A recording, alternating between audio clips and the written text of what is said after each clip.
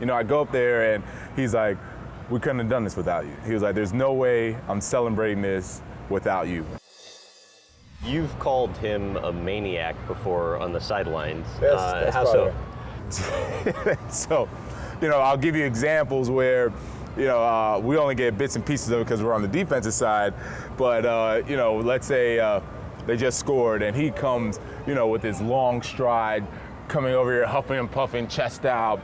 I want to stop right now. And he's like hitting everybody. I want to stop right now. Stop him. And we're like, man, if you don't get your crazy ass away from us, man, you're a maniac. But, that's exciting. He's emotional. And then, we get to stop. And of course, I'm looking right for him. As soon as we get to stop, I'm coming back, and I'm like, yeah, you see that? And he's like, yeah. And he starts going crazy. So, it was a lot of moments like that. I know he used to give the offensive guys hell sometimes, if there was a critical turnover or something like that, or someone missed a block or didn't run the right route, and you could see him go after the guy on the sideline. And like I said, I only got bits and pieces because I gotta go play defense. But he was definitely, it's still not as much, at least from what I see on TV, and then when I go and watch the games. But back then, man, he was all into it. What happens when he gets pissed off?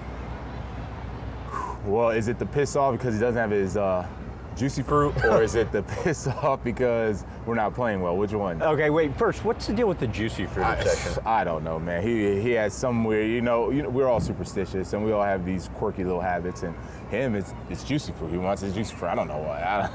I don't do it. But hey, to each his own, right? And if somebody brings him the wrong kind of gum, that's like. No, I don't think that's ever happened. Okay. I don't think that's ever happened. Getting up to the podium after the NFC Championship game victory, explain the situation and how it almost didn't happen. This was my first rodeo. I never won an NFC Championship, and Sean had won it before, so he kind of knew what the plan was. Me, I was just so excited, and I was just celebrating my teammates, and then all of a sudden, I look over and there's a stage and all this stuff, and I'm like, what's going on? I didn't even think about presenting the NFC Championship trophy.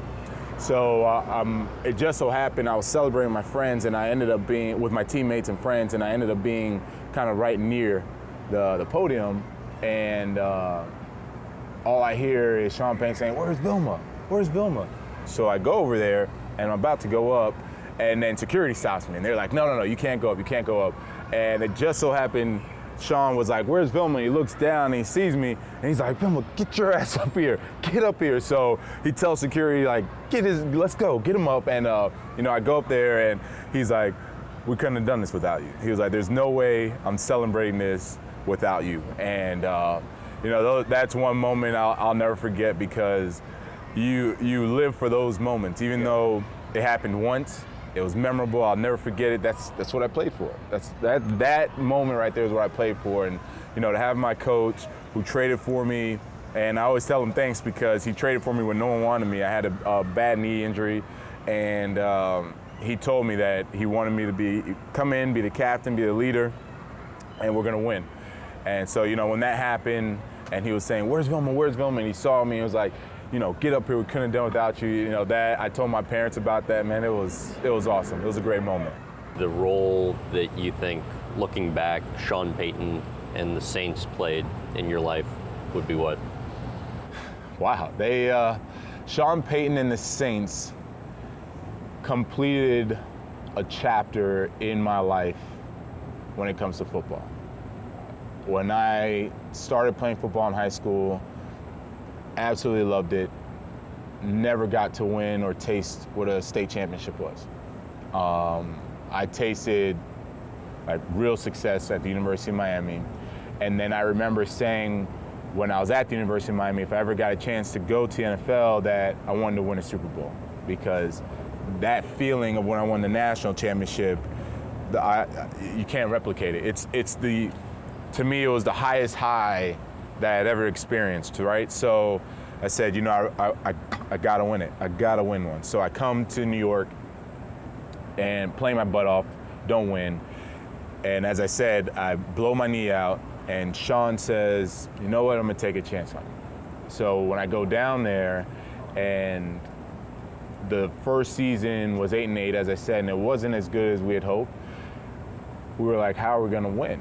And coach brought in a new defense coordinator, Greg Williams at the time, and we brought in a couple key players in free agency, and then all of a sudden we just go on this tear, forget just the Super Bowl, just a tear of 3 years where we were kicking ass, and we were damn good, and it felt right, and it felt so good that we were doing everything to keep that, and the only thing that could stop us was the bounty gate, you know, and it was just like, God, we had such a good thing. And then 2013, we make the playoffs, go 11-5, but you know, it was a little different, and that was the last of my career. So I remember when I was at home thinking about my career, and I was talking to my parents about it.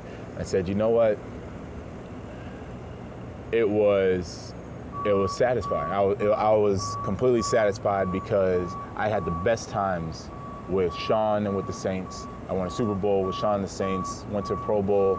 I have longtime friends from there, still friends with a lot of the guys. And so when people ask, hey, do you miss playing? And I tell them no, they're like, what? Why? I said, I had everything I wanted. I had everything I wanted. My career was complete.